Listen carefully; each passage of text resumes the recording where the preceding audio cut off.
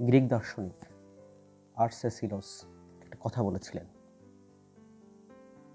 Nothing is certain, not even that. অর্থ, কোনো কিছুই নিশ্চিত না, এমনকি যা বললাম। অর্থাৎ আমি যে বিষয়টি বলবো সেটাই যে সঠিক এমন নয়। অর্থাৎ আমি যেটা বলবো সেটাকে সঠিক ধরার কোনো দরকারই নাই। যেমন মনে করেন, এই যে জ্ঞান, তথ্য, নিশ্চিত, অনিশ্চিত, এই যে বিষয়গুলো না, একসময় ধরা হতো যে জ্ঞানই হলো তাই, সেটাই সত্য যেটা থিওলজিতে আছে। তারপর ধরা হতো মেটাফিজিক্স, সেটাও গেল, থিওলজি গেল, মেটাফিজিক্স গেল। তারপর আসলো পজিটিভিজম, অর্থাৎ প্রত্যক্ষবাদ। অর্থাৎ যা আপনি দেখবেন সেটাই সত্য, সেটাই জ্ঞান।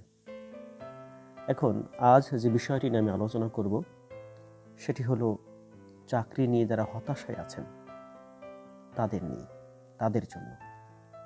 এখন প্রশ্ন হতে পারে, চাকরি নিয়ে হতাশা কি এবং কাদের থাকতে পারে?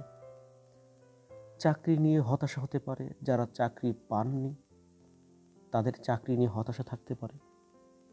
আবার যারা চাকরি পেয়েছেন সেই চাকরি নিয়েও হতাশা থাকতে পারে।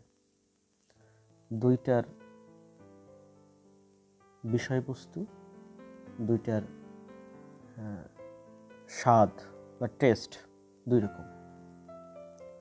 আমরা যারা চাকরি করি, আমরা এক সময় চাকরি করতাম না, বা চাকরি পাওয়ার জন্য চেষ্টা করেছি, পড়ালেখা করেছি। এই যে ওই সময় যে হতাশা, ওই সময়টার হতাশা, সেটি হলো চাকরিটা পাইলেই হবে, সে যে চাকরি পেলে হোক। এখন আমি যে বিষয়টি নিয়ে আলোচনা করব সেটি হলো, চাকরি পাওয়ার পর যদি মনে হয় আপনার মধ্যে হতাশা কাজ করে, তাহলে কি করবেন? কোনো চাকরি ছোট না, সব চাকরির একটা উচ্চতর পর্যায় বা শীর্ষস্থানীয় পদ আছে। মনে করেন আপনি একটি মার্কেটিং জব করেন, আপনি নিশ্চয়ই কারোর আন্ডারে কাজ করছেন, তার আন্ডারে একজন, এইরকম একটি স্টেপ বাই স্টেপ একটা জিনিস থাকে।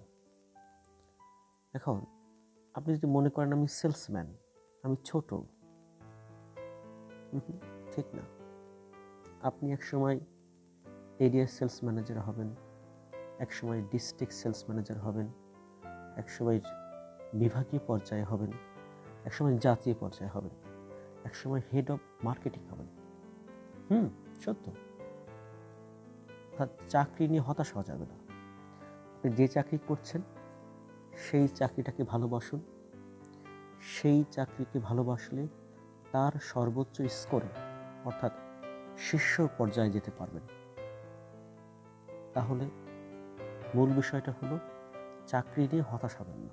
হতে পারে চাকরির জব নেচার নিয়ে আপনি সেটা ভাবেননি আসার আগে যে চাকরিটা এইরকম, চাকরিটা ভেবেছিলেন এক, সেটা আর এক। ভাই, সব চাকরিরই বিষয়বস্তু একই, কাজ করেন, টাকা নেন। অর্থাৎ আপনি যে চাকরি করেন, যত বড়ই গভর্নমেন্ট এমপ্লয়ি হন, যত বড়ই বেসরকারি কর্মকর্তা হন, মূল উদ্দেশ্য টাকা। আপনি যত বড়ই গভর্নমেন্ট এমপ্লয়ি হন, যত বড়ই বেসরকারি প্রতিষ্ঠানের শীর্ষ পদ হোল্ডার হন, বেতন না দিলে কিন্তু আপনি মামা আসবেন না। তাহলে কি বুঝলাম? টাকার জন্য সবাই আমরা চাকরি করি, তাহলে হতাশ হওয়া যাবে না। চাকরি করবেন, টাকা নেবেন, এটাই তো মূল বিষয়, তাই না? তাহলে আমরা আজ থেকে যে পেশায় আছি সেই পেশায় সন্তুষ্ট থাকব, সেই প্রতিষ্ঠানকে ভালো কিছু দেওয়ার চেষ্টা করব, সেই প্রতিষ্ঠান আমাকে দেবে।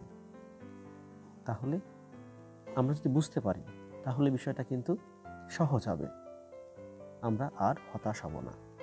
হতাশা ভালো কিছু নয়। হতাশা আপনার কর্মস্পৃহা কমিয়ে দেয়, আর কর্মস্পৃহা কমা অর্থ সেটি আপনার ব্যক্তি জীবনে প্রভাব ফেলে, পরিবার জীবনে প্রভাব ফেলে, সমাজ জীবনে প্রভাব ফেলে, এমনকি আপনার শারীরিক জীবনেও প্রভাব ফেলতে পারে। ধন্যবাদ।